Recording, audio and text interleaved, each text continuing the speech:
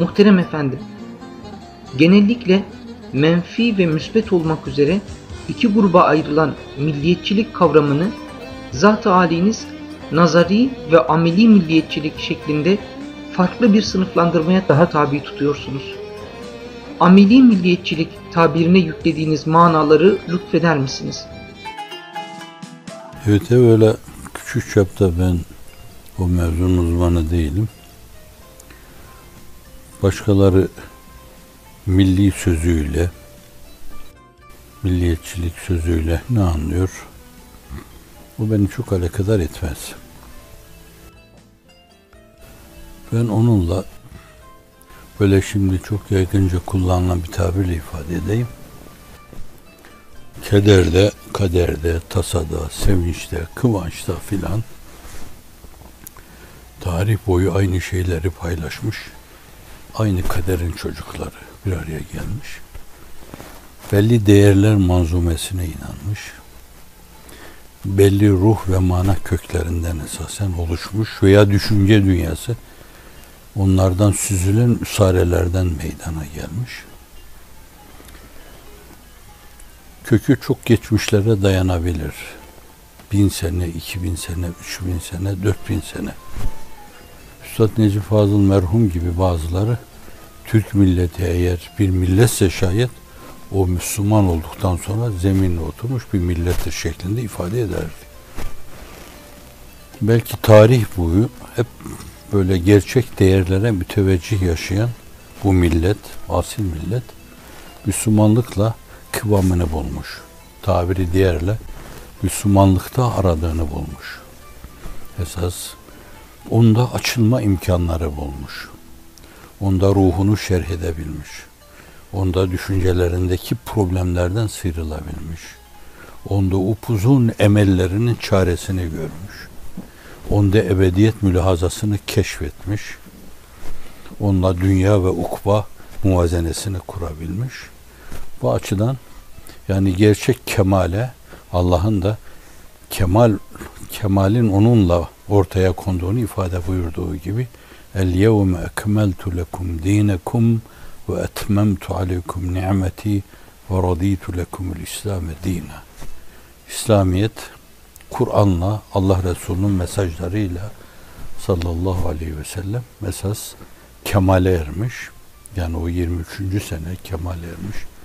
Milletimiz de tarihin değişik dönemlerinde Hunlar, Hititler, Hattiler, bilmem kimler, Selçuklar, Osmanlılar esas gerçek aradığını Müslümanlıkta bulmuş. Müslümanlıkla noktayı koymuş. Aradığı şeylere noktayı koymuş. Şimdi milliyete bakarken bence bu manada bakmak lazım. Yani bizim geçmişten ilahi değerlerle, ilahi muhkematla, ilahi kıstaslarla filtre edile ta eski tarihlerden 4000 sene öncesinden filtre edilip gelmiş bize gelenekler, ananeler, töreler şeklinde.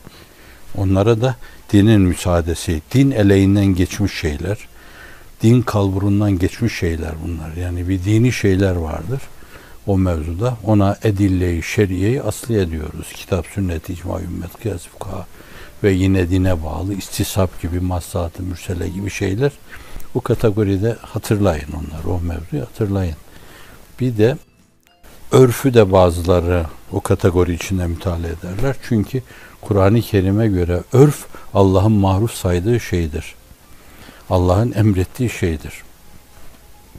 Bazıları örf dediğimiz zaman onu gelenek manasında algılar. Gelenekler gibi böyle ananeler gibi, değişik töreler gibi töreler. Bunlar yine İslam'ın o temel esaslarıyla elenmiş, kalburdan geçirilmiş, filtre edilmiş ve milletimize mal edilmiş. Yani hepsi ille kitaptan kaynayıp gelmiş, sünnetten kaynayıp gelmiş, icma ile bir yönüyle icma referanslı olarak gelmiş, kıyas referanslı olarak gelmiş demek değil yani. Onların yanı başında onlara mütenakız olmayan, onlara çelişmeyen bir kısım değerlerimiz de var bunlar. İşte bunların hepsine ruh ve mana köklerimizden süzülüp gelen üsareler diyoruz. ve milletimizi oluşturan, aynı zamanda onu yönlendiren, onun mayesini teşkil eden hususlar bunlardır. Evet, bakışımız bu yani. Herkes bunu böyle anlamalı. Yoksa ne böyle meseleyi Ergenekon'a bağlamak, ne falan canlıya filan canlıya bağlamak, İtalyanların başlayın ayıya bağlandıkları gibi, filanların tilkiye bağlandıkları gibi, Madagaskar'da yaşayan insanların başlayın maymuna bağlandıkları gibi, biz insanın Allah tarafından insan olarak yaratıldığına, ahsen-i takvime mazhar edildiğine, dış kıvamı itibariyle, dış değeri itibariyle, abidevi şekli itibariyle mükemmelliyete ulaştığı gibi aynı zamanda iç enginliği ve zenginliği de ancak Allah'ın mesajıyla gerçekleşmiş ve gerçek kıvamı o sayede ulaşmıştır. Meseleye bu zaviyeden bakıyor, öyle değerlendiriyoruz. Bu meseleyi bu çerçevede ele alacak olursak bizim için bu feda edilmeyecek bir şeydir yani. Biz hepimiz öyle milliyiz yani. Aynı kültürün çocukları, aynı inanç atmosferinin çocukları olarak, aynı sevincin çocukları, aynı tasanın, aynı kederin, aynı uğurda mücadele eden insanlar, aynı uğurda hırzı can eden insanlar olarak asırlardan beri bir arada duran insanlarız. Bunu bir kısım farklı şeylerden dolayı bölmek, parçalamak o millete ihanettir. Son zamanlarda bir kısım nifak şebekesi İslam dünyasında diyeyim veyahut da İslam dünyası diye bir dünyanın olduğuna şimdilerde çok inanamıyorum. Ama eskiden Müslümanların yaşadığı o bahtsız coğrafya, o bahtsız coğrafyada nifak şebekesi hükmetmeye başlamıştır. İçi başka, dışı başka insanlar. Evimde Kur'an vardır diyen, Kur'an'a ama aykırı hareket eden. Ben de Allah inanıyorum diyen, Allah'a karşı gelen. Kur'an Allah'ın kelamıdır diyen fakat aynı zamanda bunlar söylenmiş sözler. 14 asırlık kitaplarla da amel edilmez ya diyen nifak şebekesidir. Ve nifak şebekesi Müslümanlar için, isterseniz siz hala bir İslam dünyası kabul edebilirsiniz. O İslam dünyası için küfrü mutlaktan daha tehlikeli olmuştur. Küfrü mutlakı temsil eden büyük yalancılar, profesyonel yalancılar, dinde bunların adına deccal denir. Küfrü mutlakı temsil edenler, mutlak ilhadı temsil edenler, Allah yoktur diyenler, peygamber yoktur diyenler, her şeyi tabiata, naturalizme irca edenler, materyalizme irca edenler, bunlar parladıkları gibi bir gün sönüp gideceklerdir. Fakat nifakın sönmesi çok zor olacaktır. İslam dünyasına musallat olan güve, nifak güvesidir. Kurt gövdenin içine girmiştir. Toplumun kanını emmekte, damarlarını kesmektedir. Bu Pakistan için de böyledir. Bangladeş için de böyledir. Hindistan için de böyledir. Mısır için de böyledir. Suriye için de böyledir. Kabadokya için de böyledir. İslam dünyası görünümünde olan ülkelerden hiçbiri bundan müstesna değildir ve çok tehlikeli olmuştur. Bunlar milliyetçilik mefhumu mazmunu adına da farklı teoriler ortaya atmak suretiyle toplumu parçalamışlardır, karşı karşıya getirmişlerdir. Herkes o toplumun geleceği adına mücadele veriyor gibi davranmıştır ama fakat kanlı bıçaklı olunmuştur. Hatırlayın yani 70'li yıllara doğru gelirken, 60'lı yıllara doğru gelirken, 80'li yıllara doğru gelirken defaatla böyle o gençler hepsiyle de bir yerde nezarette veya hapishanede kader birliğimiz oldu. Yani o kesimle de o kesimle de her iki cephenin içinde de samimi tepeden tırnağa Anadolu insanı olduğuna şahit olduğum gençler oldu. Bunlar bir yönüyle ifade edilmiş, tetiklenmiş, sokağa dökülmüş, ellerine bıçak verilmiş, bunlara kan düşündürülmüş, hep kan gösterilmiş, kanlı katiller haline getirilmiş. Ama iş dünyalarını az okuduğunuz zaman, böyle bir kabiliyetiniz varsa, ruhlarına girdiğiniz zaman, beyinlerini okuduğunuz bir psikanaliz yaptığınız zaman da tepeden tırnağa bu millet için sinelerinin çarptığını görüyorsunuz. Samimi insanlar. Ama nifak şebekesi ki menşei bunun Pers kültürüne dayanır yani. Hazreti Ebubekir ve Ömer düşmanlığı İslam'ın içinde ilk nifak şebekesinin oluşmasıdır ve ilk nifak tohumlarının İslam toprağına atılması demektir. Ondan sonra farklı boyutta, farklı renkte, farklı desende, farklı şivede, değişik zamanlarda, değişik eşrar tarafından, füccar tarafından hep temsil edile gelmiştir. Esas biz bizim milliyetçiliğimizden Allah mülahazasını, peygamber mazmununu, mülahazasını, Kur'an mülahazasını çıkarıp atamayız. Küçük çapta bile olsa onları hafife alamayız. Onları başka objeler gibi böyle basit şeylerde kullanamayız. Onlar müteal şeylerdir. Onlara karşı sadece saygı duyulur. Ve biz bu çerçevenin millileriyiz. Meselenin bir yanı bu. İkinci yanı şu. Ben bunların yerinde isabet, ben derken yani sizin hissiyatınızla diyorum. Ben kim oluyorum ki? Evet, yani ben eğer bunların böyle olduğuna inanıyorsam, milletimin beka ve devamını bunlara bağlı görüyorsam, milletimin bir gün yeniden sıçrayıp devletler muvazenesinde muvazene unsuru olmak üzere geminin, insanlık gemisinin dümenine oturmasını arzu ediyorsam, ki etmeliyim ben. Çünkü o değerlere inanıyorum ben. Ancak o sayede insanlık huzura kavuşacak. Ancak o sayede kan ve gözyaşı dinecek. Ancak o sayede ama hakiki ama izafi adalet gerçekleşecek. Ama o sayede hukuk gerçek manasını bulacak ve temsil edilecek. Evet, eğer ben bunun böyle olduğuna inanıyorsam ben onu bütün dünyaya da duyurmayı düşünürüm. Şimdi işte orada bir yönüyle nazari millilik, nazari milliyetçilik, ameli milliyetçilik meselesi ortaya çıkıyor. Bu inanç mevzuunda Alman filozofu Kant'ın ortaya attığı bir mülahazaya bağlı bir şeydir. Der ki, ameli aklın, nazari aklın kritiği mevzuunda ifade ederken, der ki nazari akılla Allah bilinemezdir. Bunu Bergson'un entüisyonuyla telif edebilirsiniz. Vicdanın sezisi, Hazreti Pir'in ifadesiyle insanın kendi aczını, fakrını hissederek esasen orada Allah'a ulaşması, Allah'a yönelmesi, işlerini Allah'la, Allah sayesinde çözmesi mevzu. Nazari akılla Allah bilinmez, ameli akılla bilinir. Ondan mülhem, nazari milliyetçilik sadece lafını etme onun. Hamasi destanlarla müteselli olma. Böyle. İşte bütün Türkler bir kardeştir falan deme. Ama bu mevzuda acaba ben kendi o mualla bir yönüyle müteal diyebileceğim, kendi değerlerimi bütün dünyaya duyurmazsam bu mevzuda ne derece doğruyum ben? Neden ben dilimi bir dünya dili haline getirmek istemiyorum? Neden İngilizce dünya dili olsun da benim Türkçem dünya dili olmasın? İçte onun geliştirilmesi, zenginleştirilmesi, çeşitli dönemlerde değişik imparatorluklar tarafından bir dil olarak kullanılmış.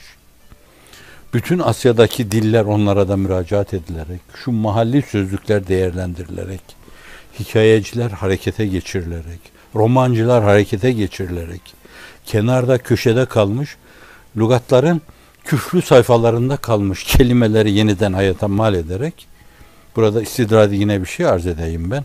Ali Şeriat'ı biliyorsunuz, İranlı bir sosyologtu, önemli bir sosyologtu. Derdi ki merhum, bugünkü Arapça ile, bugünkü Farsça ile, bugünkü Türkçe ile ilim yapılamaz derdi.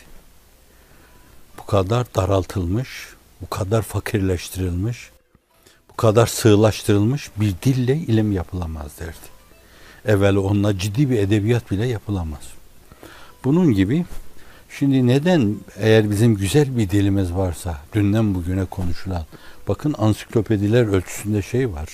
Ama bir de insanlarımıza bakın bugün, 60 tane cümleyle maksatlarını ifade ediyorlar. Maksatlarını ifade eden acizler. Bunların hepsine beyan zede diyebilirsiniz yani. Ve herkes okumuşu da böyle bunun. Şimdi gerçekten eğer ameli milliliğiniz varsa, milli hisleriniz varsa, bence tarihten tevarüs ettiğiniz değerleri bütün dünyaya tanıtma peşinde olursunuz. Şimdi demiyor muyuz Türkiye'yi tanıtalım diyorsunuz. Ne ile tanıtacaksınız Türkiye'yi burada? Şimdiye kadar burada dünya kadar o lobilere para vermişsiniz. Ne kadar insan Türkiye'yi tanımıştır? Burada yeni istidradi bir şey arz edeyim. Türkiye'deyken ben Cihan Ünal, çoğunuzun bildiği bir şey, New York'un göbeğinde, Manhattan'da orada bir program yapıyordu biriyle. Taksiyi durduruyor, bir insana soruyor. Türkiye diye bir ülke duydun mu? Hiç unutmam ben. Türkiye. Yok, cevap yok. Bir başkasına soruyor. Türkiye diye bir şey duydun mu? Türkiye. Galiba Afrika'da bir ülke diyor. Türkiye mevcut. Türkiye'yi kuran insanlardan bahsediyor. Falan isim diye bir şey duydunuz mu diye ismini telaffuz edemiyor. Evet. Nasıl tanıtıyorsun sen onu? Şimdi burada 5-10 tane insan samimi bu mevzuya kendisini vermiş, adamış insanlar.